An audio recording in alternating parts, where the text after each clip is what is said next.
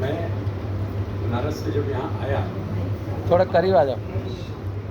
आज अखबार में काम करता था और उन्हीं कुर्सी टेबल पर मैंने काम किया जिस पर कि बाबूराव विष्णु पराड़कर काम करते थे।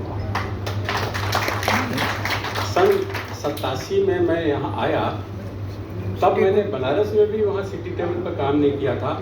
बहुत घबराता था, बहुत संकोची था, बहुत इंट्रोवर्ट था। बल्कि अपने इंटरव्यू में भी मैंने जो बड़े बड़े लोग बैठे थे उनके सामने कह दिया था कि मैं जर्नलिस्ट इसलिए बनना चाहता हूँ कि मैं थोड़ा स्मार्ट बनना चाहता हूँ। वो इंट्रोवर्सी अभी दिखा है।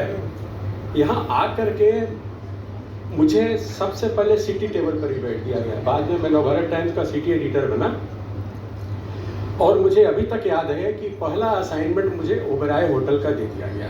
आप बनारस के एक छोटे शहर से आया हुआ व्यक्ति, मैं जब वहाँ गया उस समय ईव्स वीकली की भी एक प्रतियोगिता होती थी, सौंदर्य प्रतियोगिता होती थी। मैं वहाँ गया, लिफ्ट पर लिखा था पी, मैं घबरा गया। पी मतलब पूल साइड। और मैंने कहा पहचानता नहीं था कि पूल साइड क्या होता है। वहाँ फंक्शन था, सीढ़ी चढ़ के मैं ऊपर गया, शायद 20वें माले पर ऐसे गया, तो वहाँ पर कुछ मिला नहीं। तो मैं किससे बोलूँ, मुझे संकोच हो रहा था। मैं फिर नीचे आया और फिर किसी लिफ्ट में की सहायता ले पहुँचा।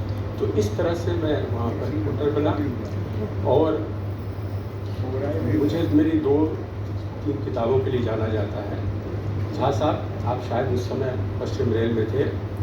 मेरी एक कॉफ़ी टेबल बुक पश्चिम रेल ने छापी थी जिसका नाम था मुंबई लोकल। प्रेम जी, आपने अपने उस समय आप सामना में थे, आपने कवर करने राजेश जी को मेरे घर भेजा था और पेज 1 छापा था। और मुझे इस बात का गर्व है कि वो जो हिंदी की कॉफ़ी टेबल बुक 400 पेज की, जिसका विमोचन षणमुखानंद हॉल में रेलवे के वार्षिक समारोह में तत्कालीन रेल मंत्री ने किया था, उसे पश्चिम रेल ने अपनी ऑफिशियल बुक मान लिया है। यहाँ तक कि अंग्रेजी अखबारों की भी रिलीज जो है उसके इंफॉर्मेशन से ड्राफ्ट होती है। बाद में मुझे उसका महाराष्ट्र राज्य साहित्य अकादमी का अवार्ड भी मिला। मुझे वो पुस्तक इतनी लोकप्रिय हुई कि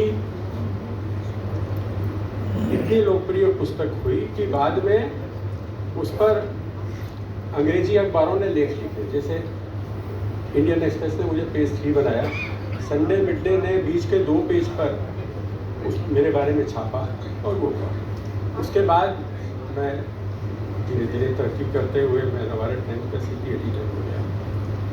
उसके बाद जब मैं रिटायर हुआ तो मैं नवभारत टाइम्स में हफ्ते में 3 कॉलम लिख रहा था। एक मेरा 2 संडे के मेरे कॉलम थे, एक लोग था तो मैंने 28 वर्ष लिखा। मुझे बताया जाता है कि ये देश के सबसे लॉन्गेस्ट रनिंग कॉलम्स में से एक बार गोविंद जी ने मुझे बताया था। दूसरी किताब मेरी हाल में पिछले महीने आई है, महाराष्ट्र के स्वतंत्रता सेनानियों पर मैंने लिखा है किताब, और वो महाराष्ट्र राज्य साहित्य अकादमी ने छापी। लेकिन मैं जिस किताब के लिए अपने काम के लिए जाना चाहता हूँ वो मेरी किताब आने वाले दिनों में रिलीज़ होने वाली है। मैंने काशी का विश्वकोश लिखा है, काशी का विश्वकोश लिखा है और वो करीब 650 पृष्ठ की पुस्तक जो है वो उत्तर प्रदेश सरकार ने ये छापी है।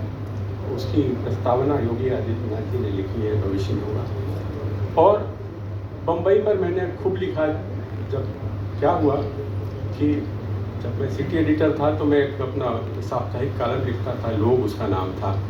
अंतिम 7 वर्ष मुझे संडे एडिटर बनाया गया और उस दौरान मुझे अपने मन की करने का खूब मौका मिला। मैंने बम्बई पर खूब लिखा। मैंने बम्बई पर 1500 से अधिक लेख लिखे हैं और अभी भी लिखता हूँ। सामना में मेरा एक साप्ताहिक कॉलम है, उसमें छपता है। तो बम्बई एक ऐसा शहर है कि शुरू में अगर आप 2 वर्ष यहाँ रह गए तो आपको बहुत सताता है, लेकिन अगर आप साल भर यहाँ टिक गए तो फिर आपको किसी दूसरे शहर की ज़रूरत नहीं पड़ती है। इस शहर की एक आत्मा है, लेकिन मैं अपने शहर बनारस को भी भूल नहीं पाता हूँ। तो एक हमारे दिल में है, एक दिमाग में है। तो बहुत अच्छा आपने कार्यक्रम आयोजित किया है। राजेश जी को मैं फिर से बधाई देता हूँ। धन्यवाद।